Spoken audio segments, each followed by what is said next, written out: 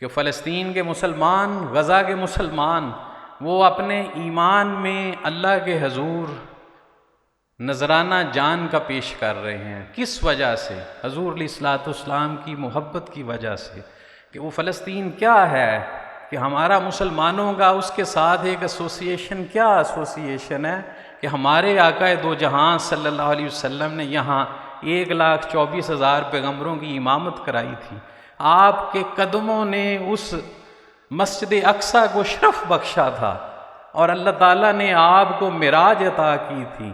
یہی فاروق اعظم جن کی یاد میں ہم یہاں بیٹھے ہیں، 700 میل کا سفر کر کے، 700 مائلز، ایک اونٹ کے اوپر ایک خادم کو لے کے اس کو فتح کرنے کے لیے چلے گئے۔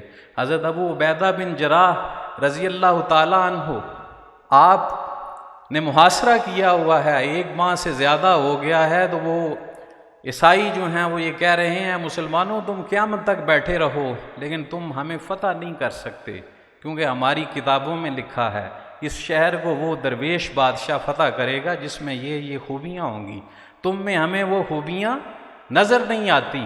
تو حضرت ابو عبیدہ بن جراح رضی اللہ تعالیٰ عنہ کے ذہن میں آیا کہ دوست بھی تھے، استاد بھی تھے سیدنا فاروق اعظم، وہ ہمارا درویش تو مدینے میں بیٹھا ہے۔ خط لکھ دیا کہ ان کی یہ ریکوائرمنٹ ہے، تو حضرات محترم 700 میل کا سفر پیدل کیا۔ اتنی بڑی سلطنت کے مالک تھے، ایک اونٹ لیا بیت المال سے، منیمم جو سفر کی ریکوائرمنٹ ہے اس کے ساتھ تقریباً 1000 کلومیٹر سے زیادہ کا سفر پیدل سفر کیا۔ کوئی اسٹیٹ وزٹ تھا، سرکاری دورہ تھا، اپنے ساتھ لاؤ لشکر لے کے جا سکتے تھے اور زیادہ راہ لے کے جا سکتے تھے، لیکن اللہ کے دین کے لیے اس تکلیف سے گزر کے وہ بیت المقدس کو فتح کیا، ایک قطرہ خون کا بہانے کے بغیر۔ اور اس دن عیسائیوں کو بھی، یہودیوں کو بھی مسلمانوں کے ساتھ وہاں رہنے کی اجازت دی، ان کو اجازت دی کہ جو چاہے یہاں آ کے زیارت کر سکتا ہے۔